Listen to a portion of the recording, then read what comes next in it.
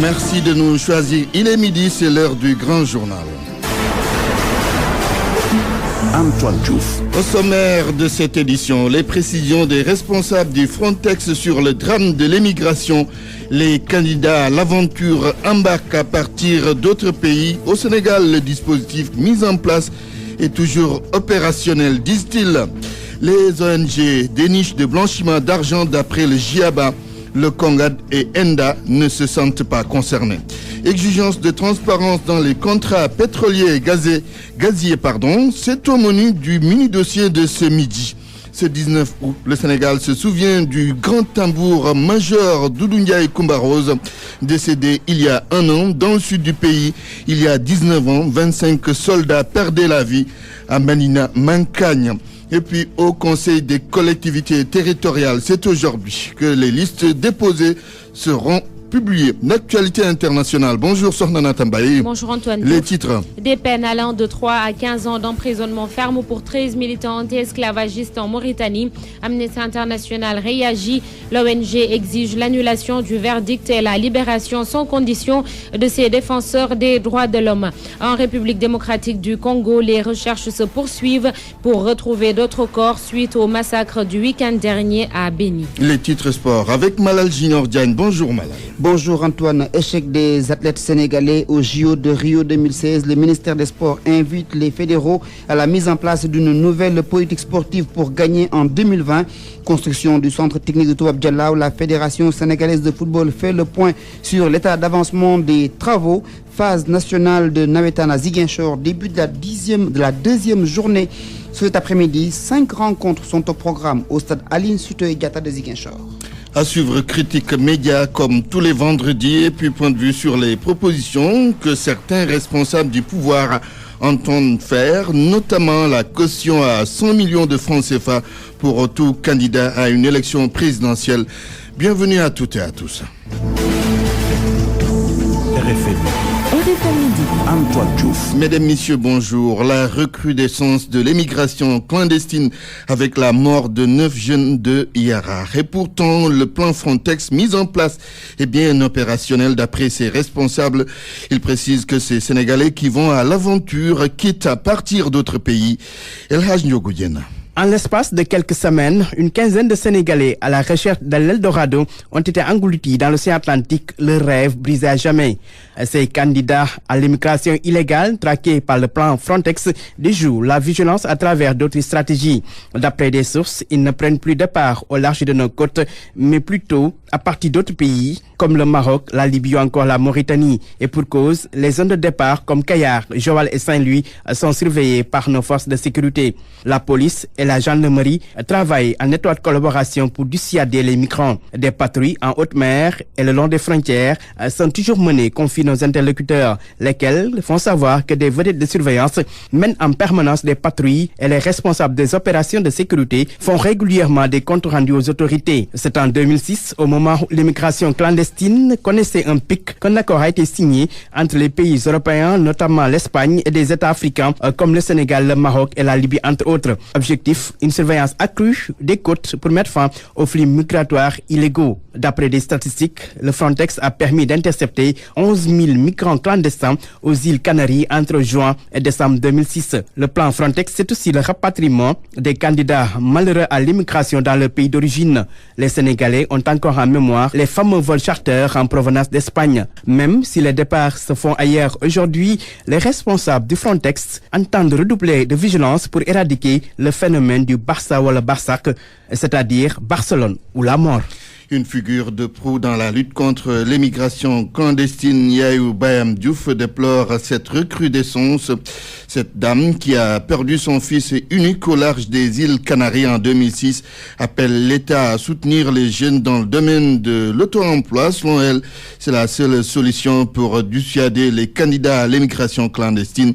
Écoutons Yayou Bayam Diouf au téléphone d'El Hadj Ndiogo Diène. Ça a été très douloureux pour nous, habitants de la côte, de Anne Montagne, à Lebougui, en passant par Tableau Ferraille. Aucun des quartiers d'ailleurs n'est épargné par ce nouveau drame qui s'est déroulé à plusieurs kilomètres dans la Méditerranée. Donc vraiment, c'est un drame, c'est un douleur pour nous, en tant que femmes et en tant que communauté de pêche, de perdre nos chers enfants au large des îles Canaries. Si les conditions étaient réunies au niveau de notre pays, ces jeunes n'allaient pas prendre des pirogues pour mourir en mer. Il y a un problème de chômage, il y a un problème de manque de formation. Il y a dû que ces populations vivent une précarité extraordinaire qui fait qu'ils veulent à beaucoup de réussir. La raison pour laquelle ils prennent des voyages, ils prennent des pirogues de fortune, quitter le Sénégal et aller les îles Canaries via l'Europe pour chercher mieux. Et quelle solution pour éradiquer ce phénomène de l'immigration clandestine? Il faut que nos gouvernants essaient de trouver des solutions à ces problèmes avec les acteurs de la société civile, les partenaires au développement, pour qu'ensemble qu'on cherche les raisons. Avoir une bonne politique de migration entre nos pays et l'Union européenne. Pour que aussi que la formation soit en adéquation avec l'éducation. Il faut qu'on forme mieux ces jeunes, on les oriente vers l'auto-emploi. Même s'il n'y a pas la fonction publique, on les oriente vers l'auto-emploi, qu'ils aient des emplois durables pour qu'ils puissent rester au niveau de nos pays. Yaouba Diouf dirige le collectif des femmes pour la lutte contre l'immigration clandestine. Il est 12h06. RFM, la radio de toute l'actualité. Des récitals de Coran au menu de la journée de souvenirs, un an après la disparition du grand tambour-major Doudou Ndiaye Coumba Rose aux HLM, où vivait le défunt. Il y avait ce matin de l'émotion, encore de beaux témoignages sur cette icône de la culture sénégalaise, Migui Maram Ndiaye. D'abord, des prières. Membres de la famille, voisins, les mines tristes se murent dans un silence total. Seuls les versets du Saint-Coran sont entendus dans cette demeure où habite sa première épouse. Le 19 août 2015, disparaissait l'artiste de renommée internationale. Un an après, les souvenirs renaissent. Sa première épouse, Ami Thiam, se confie. La perte de cet homme a occasionné un grand vide. Je souffre et j'ai très mal au cœur. Il était mon ami depuis qu'il est parti. Je suis toute seule et perdue. Pour son fils Tafa Ndiaye Rose, son bras droit, dit-il, Doudou Ndiaye Coumba Rose était unique dans ce monde et il le restera. Pour nous, c'était un joyeux. Mon père, dans la famille, c'est comme si c'était à notre âge. C'est lui qui faisait le comédie pour que les gens rigolaient. Personne n'est indispensable, mais lui, il est indispensable. Par sa générosité, par sa loyauté, par le bon cœur qu'il a, par l'éducation qu'il a pour éduquer les gens. Je pense que s'il manque, il manque beaucoup. Et c'est tout le Sénégal qui a perdu. La parole aux voisins. Un seul qualificatif pour l'ancien tambour-major. Une vie exceptionnelle. Pratiquement, il n'y a rien à dire, quoi. Très sincèrement. Un bon voisin. J'ai dit exceptionnel. Rendez-vous est donné à la place Doudou Ndiaye Coumba Rose située à la Médina. Le monde culturel est attendu pour se souvenir de l'artiste. Les sons de son tam-tam ont longtemps tenu en haleine le public sénégalais. Beaucoup de percussions. Donc cet après-midi, Casamance, il y a 19 ans, périssaient 25 soldats à Medina Mankagne. C'était le 19 août 1997. Une embuscade leur avait été tendue, une épreuve douloureuse qui marquait l'intensité de la crise casamançaise à l'époque. Un triste souvenir, Lamine Ba. 19 août 1997, 19 août 2016, voilà 19 ans jour pour jour que le conflit dans le sud du pays vivait l'un de ses moments les plus difficiles, matérialisé à l'époque par la mort de 25 soldats de l'armée sénégalaise dans une embuscade qu'on leur a tendue à Medina Mankagne. 19 années au cours desquelles le souvenir de l'événement est resté intact dans la tête d'Ibrahima Gassama, journaliste ayant couvert le drame à l'époque. C'est un détachement de l'armée qui avait pour mission de déloger une bande de porteurs d'armes appartenant au MFDC qui était situé entre Medina Mankagne et Medina Tcherno. Une embuscade a été tendue malheureusement à ces militaires sénégalais. 25 selon ce qui a été relaté sont tombés, armes à la main ce jour-là. C'était vraiment des crépitements d'armes, des bruits d'obus et les Ziguinchorois l'ont vécu toute la journée. L'épreuve douloureuse de Medina Mankagne n'a été que l'aboutissement d'une série d'événements ayant conduit à l'escalade de la violence entre les protagonistes du conflit casamançais à l'époque, selon Noa Cissé, observateur de la crise casamançaise. Tout le monde a souvenir de la disparition des 4 touristes français et à la suite de laquelle disparition, cela s'est prolongé ensuite par les affrontements. Et répétitifs, Medina Mankagne a couronné un peu ces affrontements par ces désastres. Aujourd'hui, le contexte semble changer avec l'accalmie notée dans le conflit, une donne bien appréciée par les observateurs de la crise casamançaise qui suggèrent par ailleurs qu'il soit institué une journée commémorative pour rendre hommage à tous les soldats qui ont sacrifié leur vie au service de la nation lors de cet événement. Lamine Ba, Ziguinchor, Radio Futur Média. La journée internationale de l'humanitaire est célébrée aujourd'hui et si vous ne le savez pas, retenez que le travail d'un humanitaire n'est pas du tout repos. En plus, il y a beaucoup de risques, mais tout de même, cette mission est plus que noble parce qu'il s'agit d'aider des personnes en détresse. Nous sommes allés à la rencontre d'une volontaire de l'humanitaire qui a travaillé dans ce domaine pendant 30 ans. C'est l'américaine Andrea Wojnar-Diagne, actuellement représente résidente du FINEAP à Wambaye. La plus grande qualité d'un volontaire humanitaire, c'est son humanisme. Il faut un grand cœur et un physique qui résiste à la fatigue. Il faut que ça vienne de soi-même. On ne peut pas être forcé à le faire parce que ça demande trop. C'est trop épuisant sur le plan physique et aussi sur le plan émotionnel. Il faut avoir aussi une ténacité parce qu'il n'y a pas d'heure pendant les urgences, c'est 24 heures sur 24. C'est la vie des gens qui est en question. Andrea Wojnar-Diagne a travaillé pendant près de 30 ans dans la plus grande organisation humanitaire, la Croix-Rouge internationale. Elle a sillonné le monde de bout en bout. Dans ma carrière, j'ai été basée à Nairobi où on couvrait 14 pays. J'étais basée au Sénégal où on couvrait 7 pays. J'étais basée à Genève où je couvrais l'Afrique australe, 10 pays. Elle a vécu les conflits, les catastrophes naturelles et a ressenti la détresse des réfugiés, victimes de guerre ou les gens qui ont connu la faim avec la sécheresse. C'est très difficile et c'est même encore plus difficile de rentrer le soir et essayer de manger parce qu'on sait qu'il y en a tellement qui n'ont rien à manger. Voir les amputés, sans jambes, sans bras, ça c'est énormément difficile de digérer. Aujourd'hui, représentante résidente des Fonds des Nations Unies pour la population FUNEAP, Andrea Wojnar-Diagne pense avec le recul, elle n'a pas l'impression d'avoir accompli sa mission en tant que volontaire humanitaire. Elle a plutôt le sentiment d'avoir aidé des personnes qui étaient en situation de détresse. Andrea Wojnar-Diagne, humanitaire américaine donc, mariée à un compatriote sénégalais et l'actuelle représentante résidente du FINEAP dans notre pays. RFM 94.0, la radio en puissance. Antoine Diouf. Le ministre de l'Habitat, du cadre de vie et du renouveau urbain est en tournée depuis ce matin dans les zones inondées de la banlieue dakaroise. Diène Farbassar veut s'enquérir de la situation sur le terrain. Ouverture de l'autoroute à péage Diamniadio-Dias, c'est à 14h. Pour le moment, les tarifs ne sont pas indiqués.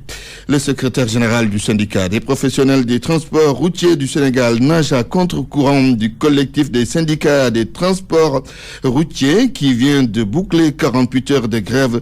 D'après Fallou Sam, ce mouvement n'avait pas un intérêt général, mais il ne concerne que quelques personnes. Fallou Sam, par ailleurs, président de la gare routière de Rufisque, est au micro d'Isidore Alexandre Sen. C'est pas une grève qui couvre un intérêt général, mais c'est une grève qui couvre l'intérêt de 3 ou 4 personnes, des transporteurs qui ont fraudé. Donc pour nous, il n'y a pas raison d'essayer de paralyser tout un secteur pour imposer l'État du Sénégal pour tordre le bras à la douane pour libérer ses bus. Je n'ai jamais vu dans l'histoire les travailleurs et leurs patrons aillent en grève ensemble pour défendre une même position. Ça, c'est impossible. C'est du chantage parce que quand, par exemple, on nous a invité à discuter sur ce point, je crois que ce que le ministre a dit a été très clair. On ne peut pas négocier sur une infraction pénale douane. On ne peut pas négocier sur ça. Parce que sinon, demain, les commerçants vont aller en Gambie acheter leurs marchandises. Et si toutefois que la douane met la main sur leurs marchandises, ils vont se regrouper pour réclamer leur libération aussi. Je crois que les chauffeurs devraient défendre l'intérêt des chauffeurs. L'intérêt des chauffeurs, c'est quoi? C'est de faire de sorte que la convention, que les taux de transport soient appliqués. Parler sur, par exemple, la prise en charge médicale des travailleurs, mais pas de s'en mêler des choses qui ne nous concernent pas. Abdoul Mbaye exige la publication de toutes les clauses sans exception des décrets contrats d'exploration et de production de pétrole et de gaz déjà signés ou envoie de lettres par souci de transparence. Mais pour le moment, seuls les décrets sont publiés dans le journal officiel, ce qui ne garantit pas la transparence. Mantouré. Gestion des ressources naturelles telles le gaz et le pétrole, énième demande de Abdoul Mbaye sans réponse. L'ancien Premier ministre veut une publication de toutes les clauses, décrets et contrats d'exploitation, ce qui pour lui n'est pas encore le cas. L'État en revanche se targue de la parution de décrets. Dans le journal officiel, Thierno Alassane Sall, ministre de l'Énergie. Le contrat, une fois qu'il est signé, il fait l'objet d'une publication d'un décret et publié au journal officiel. Ce qui est publié au journal officiel est transparent. Mais Au-delà, c'est que ça répond à des normes qui sont prescrites par la loi et par des décrets. La loi 98-05 du 8 janvier 1998. Un décret paru dans le journal officiel, mais il ne dit pas tout. Il se limite juste aux décisions prises. Seulement, l'essentiel des informations n'est pas mentionné. Existe-t-il des primes? Les valeurs du contrat? Qui gagne quoi? Rien n'est clair, rien n'est dit, entre autres. Demba Seydi, chargé de programme, industrie extractive à Oxfam, affirme, pour atteindre la transparence, il reste du chemin. Sur le secteur pétrolier et gazeux, nous considérons qu'il y a encore des manquements parce que le Sénégal travaille toujours avec le code pétrolier de 1998. Le code-là, aujourd'hui, a besoin d'être réadapté, mais toujours est-il qu'avec les dispositions actuelles que nous avons dans la loi nationale, nous considérons que la transparence est loin d'être acquise comme on le prétend. Abdoulaye a posé ces questions à l'État de répondre, a-t-on dit, pour éclairer la lanterne des Sénégalais sur ces mines d'or que sont le pétrole et le gaz. Mantouré, le GIABA accuse certaines ONG de blanchiment d'argent. Le CONGAD et ENDA se débattent de ce constat du groupe intergouvernemental d'action contre le blanchiment d'argent en Afrique de l'Ouest. Le CONGAD propose même un cadre d'intervention des ONG et un comité interministériel pour statuer sur la reconnaissance des organisations non gouvernementales. Mamadou Amardione. Le groupe intergouvernemental d'action contre le blanchiment d'argent en Afrique de l'Ouest n'y est pas allé par le dos de la cuillère.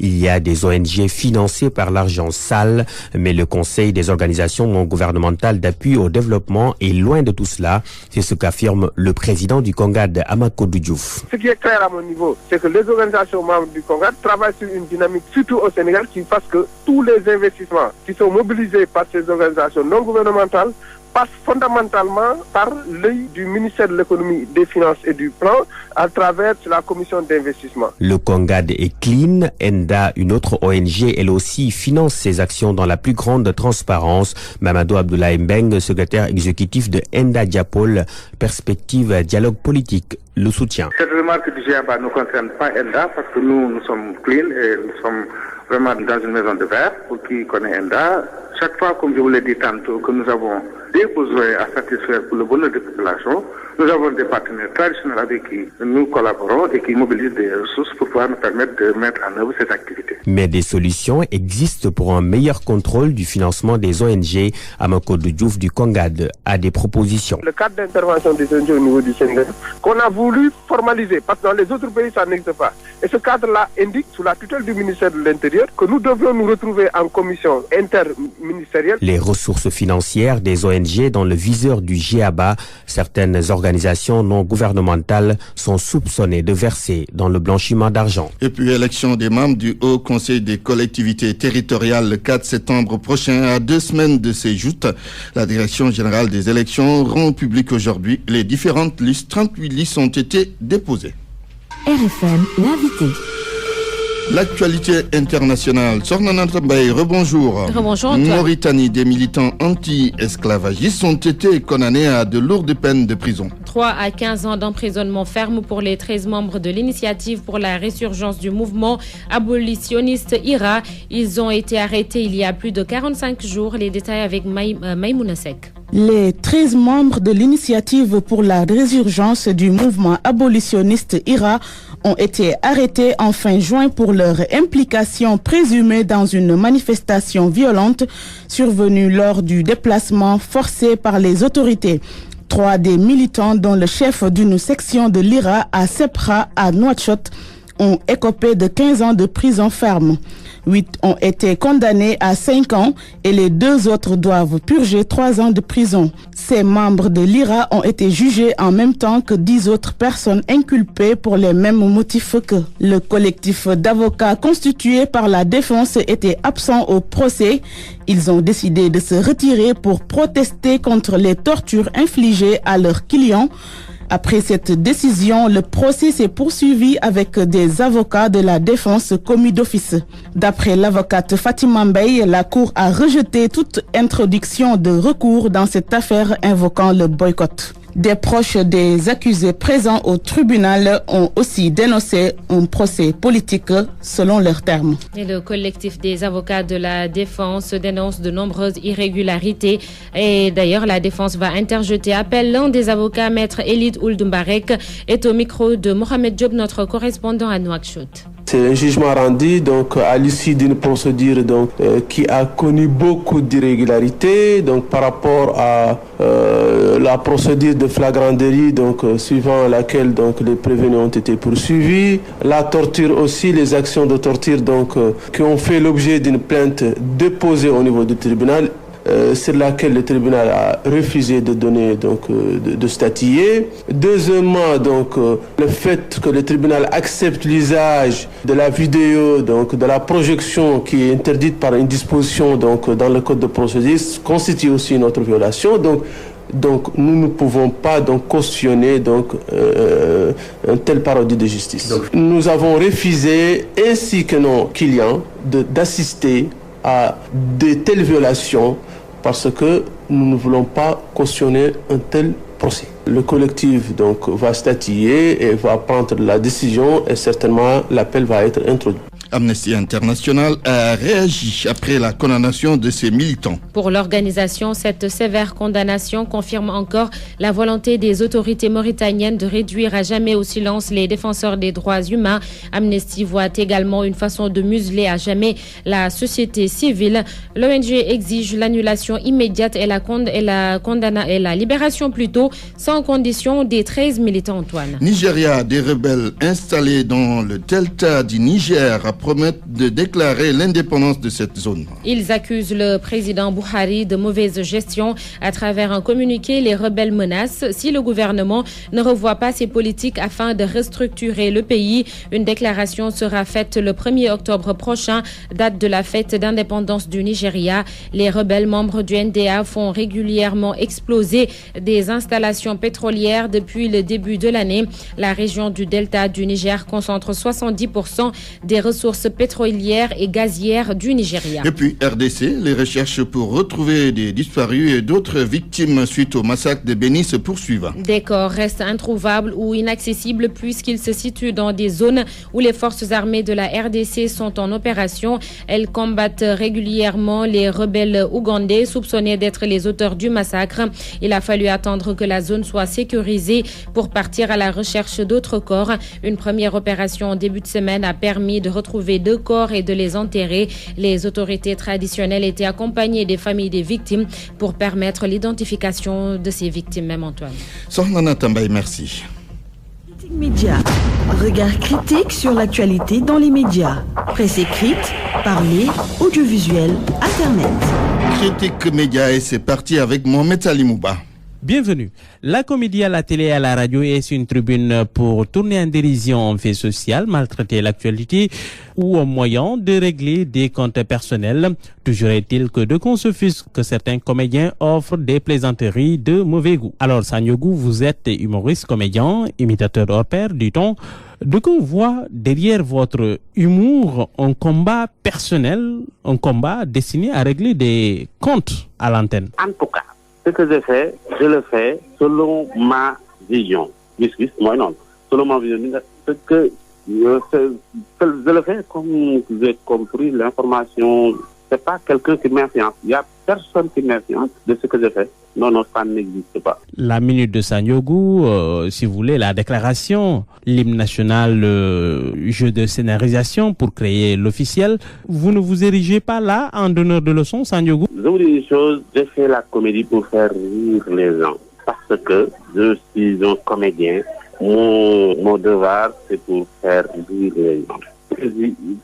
Tous les gens que j'imite, ce sont mes amis. Parce que vraiment, je ne fais rien de méchant. Tous les gens, ce sont mes amis. Vraiment. Vous est-il arrivé de vous faire remonter les bretelles par ceux que vous imitez? Tous les politiciens que j'imite comprennent ce que je fais. Comprennent que je suis un comédien qui imite et puis qui les imite bien. Vraiment, ils me respectent pour ça. puis tamit je les respecte parce que je sais que nous, ce sont des personnalités et puis tamit j'ai des limites pour faire dire ceci, cela. Il faut que je respecte aussi tamit les gens pour qu'ils puissent me respecter. Merci Sandiogou, bienvenue à Baba Diop. Il est journaliste et formateur à l'ISIC, chroniqueur par ailleurs. Alors Baba, quelle est la bonne posture du comédien? Je crois qu'il y a plusieurs formes d'humour. Il y a par exemple l'humour caustique, il y a l'humour grinçant, on peut le prendre par la plaisanterie. Mais l'humour, c'est peut-être pour un peu égratigner nos comportements qui peuvent déranger ou bien des comportements non contrôlés. Mais il ne s'agit pas effectivement de dire, d'éduquer, etc. Il ne s'agit pas non plus de faire passer des problèmes personnels à travers l'humour. C'est qu'on peut dire des choses graves, mais sous une forme d'humour, faire une sorte d'humour sur le président, mais tout en sachant que quand même il a une charge que effectivement, je ne peux pas aller. L'actualité, qu'en pensez-vous? Moi, je pense que vous devez. Réagissez dans nos éditions d'information sur l'actualité. Bonjour. Oui, bienvenue sur cette antenne d'RFM. Du lundi au vendredi, vous avez la parole sur RFM. Point de vue sur les propositions que certains responsables du pouvoir entendent faire, notamment la caution à 100 millions de francs CFA pour tout candidat à une élection présidentielle.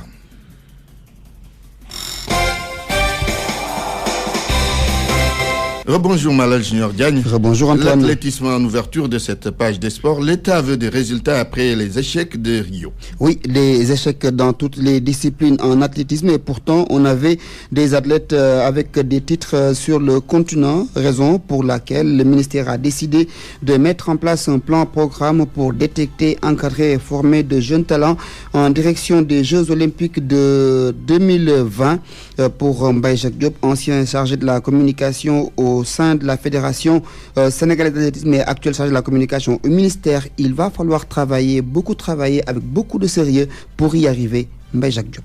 Le haut niveau, c'est dans le long terme que les gens l'acquièrent. Et en plus, il faudrait une certaine régularité que les athlètes étaient partis là-bas pour améliorer le record. Quand on parle de l'athlétisme, quand on parle par exemple de Amisen, surtout aussi de Amadou Ndiaye, je pense que Amadou Ndiaye, tous deux se devaient de faire une bonne performance, c'est-à-dire d'améliorer leur propre record. Et je pense que c'était une première pour Amadou Ndiaye qui était parti pour apprendre, pour essayer de côtoyer le haut niveau. Et moi, je pense que le plus important aujourd'hui, c'est de travailler à la base. Le travail à la base doit faire surtout que l'État du Sénégal a signé une convention de vertu avec certaines fédérations, comme par exemple l'athlétisme, qui a bénéficié d'une manne financière de 30 millions. Je pense qu'il faudrait aussi que les gens travaillent au niveau de la base et essaient au moins, comme l'a dit le Premier ministre, de voir la gestion d'élite. La gestion d'élite, c'est quoi? C'est de préparer des athlètes de nouveaux talents pour les préparer pour Tokyo 2020. Ça veut dire qu'aujourd'hui, ce sont les meilleurs. Aujourd'hui, ce sont les 10 meilleurs ou bien les 5 meilleurs qui ont la chance de monter sur un podium. Mais quand vous ne faites pas partie des 20 meilleurs ou bien des 15 meilleurs, vous n'avez aucune chance parce que, je le disais tantôt, le haut niveau, c'est pas de la magie, c'est du travail à long terme. Il faudrait se battre, être régulier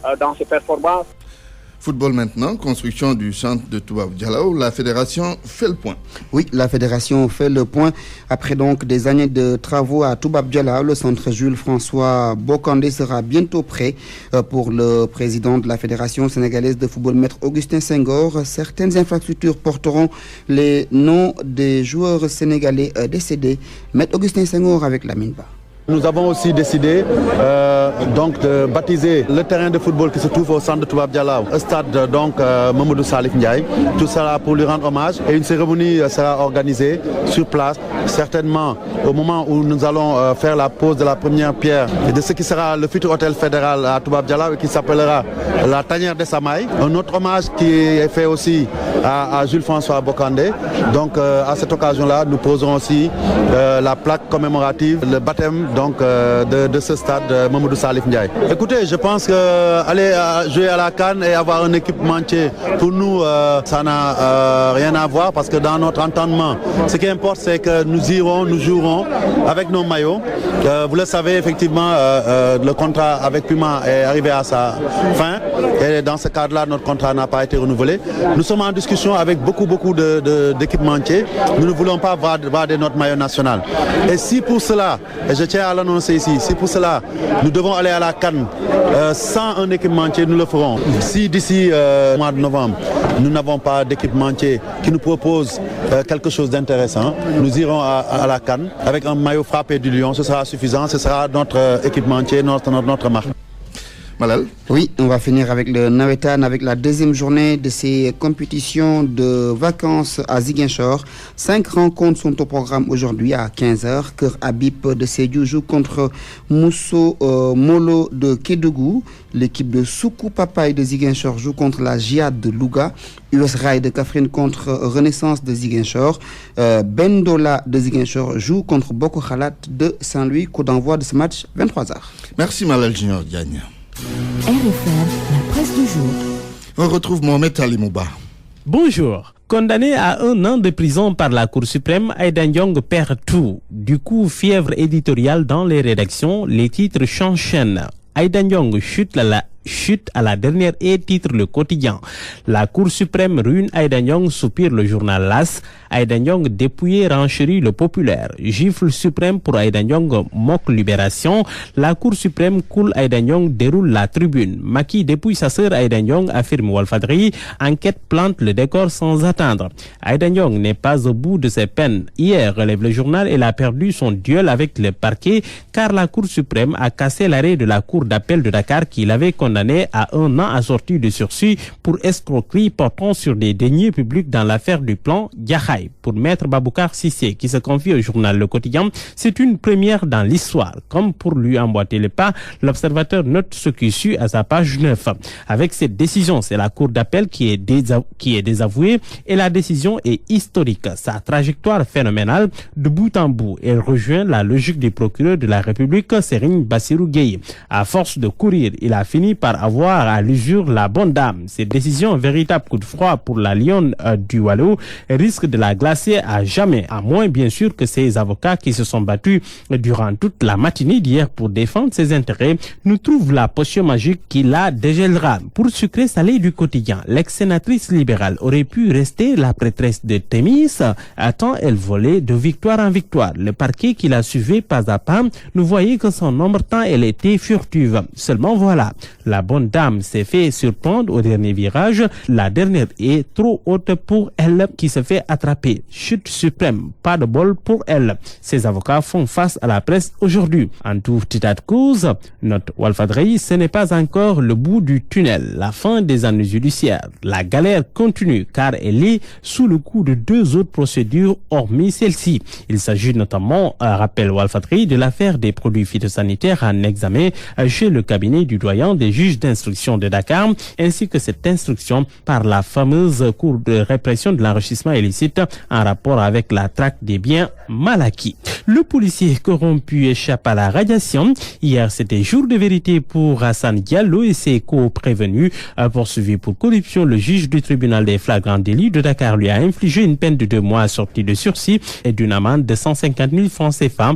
Du coup, pointe Le Populaire, le policier dit pour sauver de cette radiation, coupable de complicité de corruption. Du coup, le policier sauve sa tête et son poste.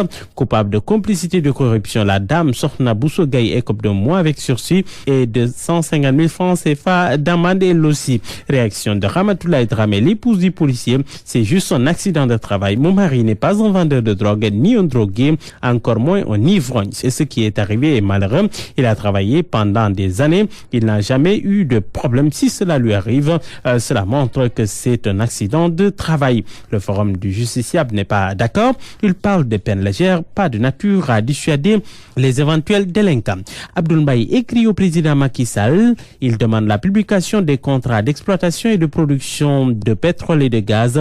Selon l'observateur, il flaire une sale affaire derrière ces contrats. Droit de préemption, groupe de tendeurs, Petrotim. Abdoul Mbaye veut des éclairages sur tous ces points. Souligne de son côté enquête les contrats sur le gaz et le pétrole en ligne de mire. Réaction d'Aly Ngouille Ndiaye, le ministre de l'Industrie et des Mines. Abdoul Mbaye n'a qu'à dire aux Sénégalais ce qu'il sait. Et puis, Gambi Djamé fusionne la police avec l'armée. C'est pour tenter de ramener la sécurité à la maison. La case de Birama brûle. Un commando pyromane met le feu partout en Gambie sur les biens les plus symboliques du dictateur sans être inquiété. Il a mis le feu au dépôt d'hydrocarbures du président et de ses associés. Des camions citernes carbonisés. La station Total de Bakao, l'immeuble abritant son quartier général de son parti, un R+1 et tous les équipements qui s'y trouvaient. Un marabout appelé à la rescousse lui a recommandé de sacrifier 7 moutons, 3 moutons blancs et 4 moutons noirs. Mais le hic, c'est que les 3 moutons blancs destinés au sacrifice sont disparus comme par enchantement. Le dictateur de Kanilaï dans tous ses états, il demande aux militaires en poste à Kanilaï de dénoncer le coupable avant vendredi, c'est-à-dire aujourd'hui, à leurs risques et périls. Pour le tour tous. Point de vue. Regard croisé sur l'actualité du jour. On va parler de certaines propositions des responsables du pouvoir. Ces propositions qu'il entend faire. En ligne, Barthélémy Diaz. Bonjour Barthélémy. Bonjour Antoine. Vous êtes député, membre du Parti Socialiste. Alors, certains responsables du pouvoir entendent faire des propositions, notamment la caution à 100 millions de francs CFA pour tout candidat à une élection présidentielle. Oui, qu'est-ce que vous pensez d'une telle proposition? Je voudrais d'abord dire que les voix qui s'élèvent ne sont pas des voix autorisées, ce sont des voix partisanes. Donc on attend d'abord de voir que vont dire les voix autorisées. Mais ce que je voudrais d'abord dire sur cette question, cher Antoine, oui, c'est que c'est un faux débat. Parce que quand ces gens n'avaient pas d'argent, eh bien, ils ne tenaient pas ce type de discours. Aujourd'hui, apparemment, ils sont tous milliardaires. Oui. Vous comprenez que ce que je pense de cette question, c'est que c'est quelque chose qui est agité pour leur propre intérêt, parce que certains, aujourd'hui, en voulant exclure certains candidats, vont créer d'autres candidatures en poche. Oui. Mais moi, ce que je voulais faire comme proposition concrète, je pense que pour être candidat à l'élection présidentielle au Sénégal, effectivement, des mesures doivent être prises. Et je fais la proposition, entre autres, déjà que tout candidat doit pouvoir obtenir au moins 10 000 signatures. Oui. Il y ait 10 000 Sénégalais électeurs qui disent qu'ils acceptent de cautionner telle candidature. C'est déjà un premier point qui peut être proposé. Et un deuxième point qui peut éventuellement être proposé, de dire que toute personne qui prétend être président de la République au Sénégal doit déjà avoir eu à occuper une fonction ou élective ou officielle. Oui. Parce que, une fois de plus, n'importe quel politicien ne peut pas se lever et décider d'être un promoteur de lutte, ou décider d'être avocat ou d'être pharmacien. Donc ce n'est pas normal que n'importe qui puisse se lever au Sénégal et décider de diriger le pays. Pour diriger le pays, il faut d'abord déjà avoir une fonction. De mon point de vue, je peux avoir tort, mais c'est mon point de vue. Oui. Parce que si je prends le cas des États-Unis, je suis désolé, l'actuel président Obama déjà été sénateur. Avant lui, il y avait le fils Bush qui était gouverneur. Oui. Avant le fils Bush, il y avait Clinton qui était gouverneur. Et bien avant Clinton, il y avait Bush père qui était vice-président des États-Unis. Et malheureusement, l'élection présidentielle au Sénégal, certaines personnes s'ennuient dans leurs entreprises ou bien dans leurs activités et ils ont un peu d'argent, ils viennent se présenter et malheureusement, ça force le jeu et le débat. Oui. Alors, la double nationalité, autre idée avancée par certains proches du pouvoir, y renoncer avant la présidentielle, 5 ans avant donc, ou bien y renoncer 10 ans avant la présidentielle, selon Moustapha Cissé Lo. Un commentaire? Moustapha Cissé Lo, qui est un oncle, je répète, c'est une voix partisane mais non autorisée, même s'il est député à l'Assemblée nationale. Je voudrais dire que ce débat sur la double nationalité est d'abord un débat dangereux, malsain et inacceptable dans un pays comme le Sénégal. Et je vais vous dire pourquoi. De mon point de vue, l'expression exclusivement est anticonstitutionnelle. Fort au préambule de la Constitution. Je vous donne des exemples. Une femme sénégalaise qui s'appelle Fatou Diop, Fatou Diop, n'importe comment, née de père et de mère sénégalaise, se marie avec un Américain ou un Français et obtient une nationalité autre que celle sénégalaise. Vous comprendrez aisément que ce sont des choses qui se passent tous les jours. J'irai plus loin. Antoine, un militaire sénégalais qui a quitté l'armée du Sénégal et qui se marie à une Française ou une Japonaise et qui obtient une autre nationalité. La loi lui interdit de renoncer à sa nationalité sénégalaise au moins pendant 15 ans après avoir quitté l'armée sénégalaise. Ce débat est dangereux. Aujourd'hui, un footballeur qui vient pour jouer pour l'équipe nationale du Sénégal, pourquoi on ne demande pas de renoncer 5 ans avant à sa nationalité? Parce que l'article 4 de la Constitution dit clairement que nous sommes tous égaux.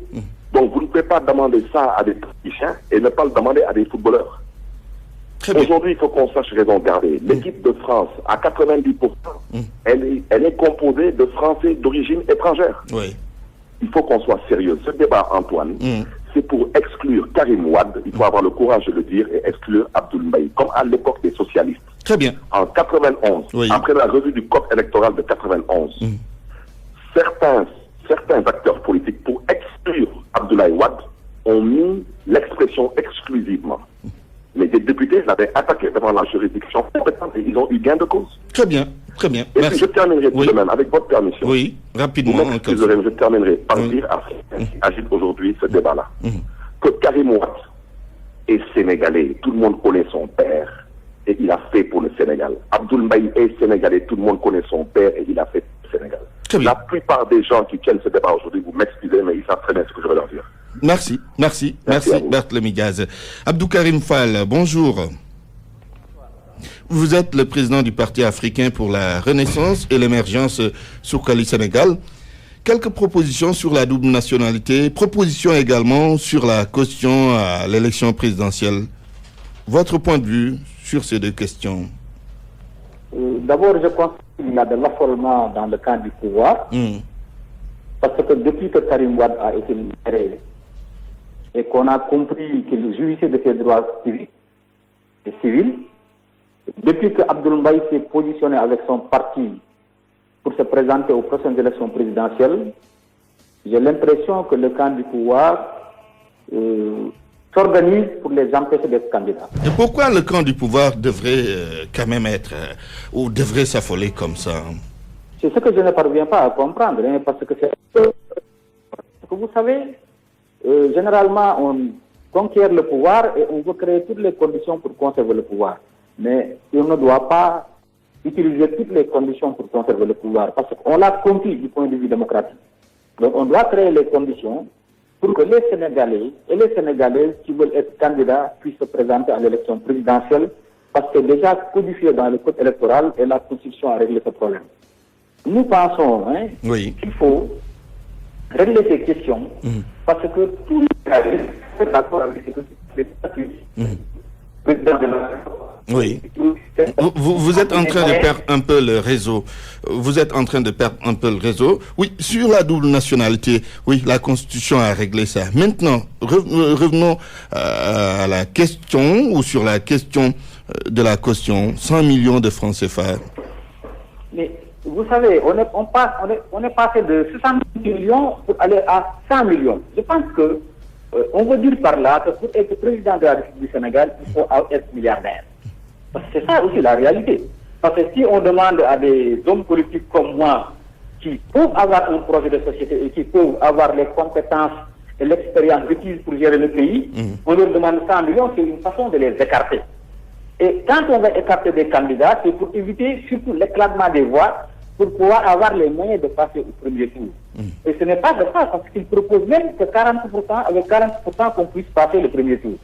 Je pense que tout cela, Macky Sall n'avait pas, dans les conditions où il a conquis le pouvoir, il n'avait pas été écarté par quelque motif que ce soit. Je pense que le pouvoir aujourd'hui doit travailler sur la base du consensus.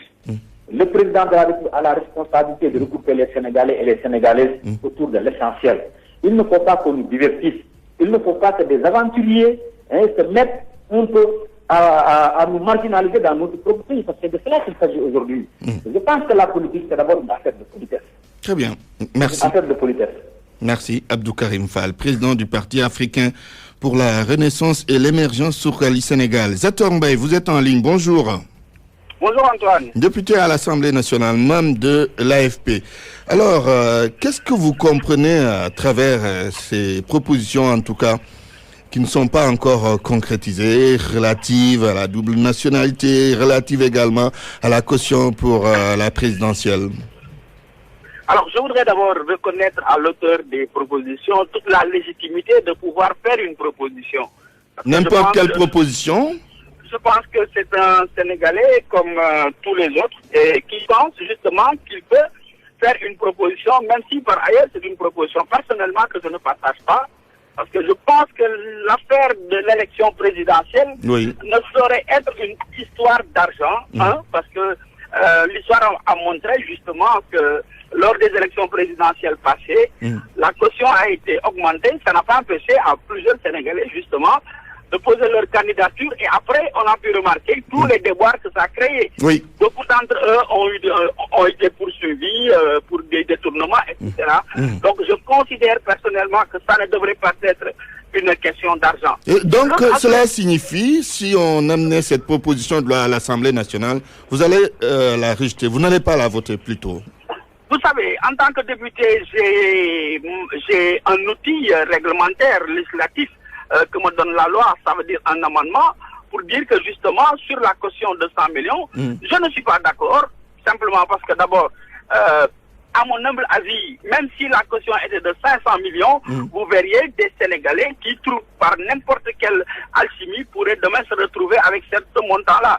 Et l'objectif pour moi, ce n'est pas de permettre à n'importe qui d'être candidat, mais c'est justement de permettre aux meilleurs d'entre nous, aux meilleurs des Sénégalais, de pouvoir prendre la destinée de notre chère République. De toutes les façons, même s'il y a 1000 candidatures, les Sénégalais vont choisir un seulement. Absolument, c'est le plus important. Absolument. Ce qui fait que donc pour moi, la question d'argent ne saurait être un baromètre ou alors un frein pour pouvoir empêcher certaines personnes de pouvoir se présenter. C'est ça ma conviction profonde par rapport à la question de la caution. Merci en tout cas, Zator Mbaye. Vous êtes député à l'Assemblée nationale, membre de l'AFP. C'est fini pour Point de Vue. La météo avant de vous. RFM, la météo.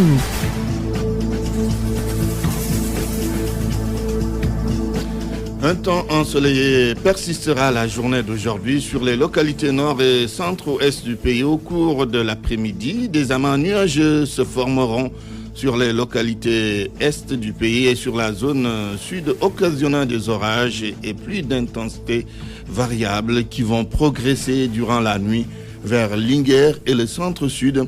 La sensation de chaleur restera particulièrement marquée sur l'ensemble du territoire, notamment dans les localités nord, à Podor, où un pic de 38 degrés sera relevé. Ailleurs, les températures maximales vont évoluer entre 30 degrés à Dakar et 35 à 36 dans les zones centre et sud. C'est la fin de cette édition. Je vous rappelle les titres. Antoine Diouf. Le Frontex sur le drame de l'immigration. Les candidats à l'aventure embarquent à partir d'autres pays. Au Sénégal, le dispositif mis en place est toujours opérationnel, disent-ils. Les ONG des niches de blanchiment d'argent d'après le GIABA, le Congad et ENDA ne se sentent pas concernés. Ce 19 août, le Sénégal se souvient du grand tambour-major Doudou Ndiaye Coumba Rose, décédé il y a un an dans le sud du pays. Il y a 19 ans, 25 soldats perdaient la vie à Madina Mankagne. Et puis, au Conseil des collectivités territoriales, c'est aujourd'hui que les listes déposées seront rendues publiques. Journal présenté par Antoine Diouf à la technique, Vincent Mamadou Diop, réalisation El Haj Daouda Diouf, Pape Oumar Diawete à la régie. À 13h, rendez-vous en Wolof avec Sokhna Ngoné Ngom. Tout de suite, c'est Dialgati Hibar. Excellent après-midi à toutes et à tous.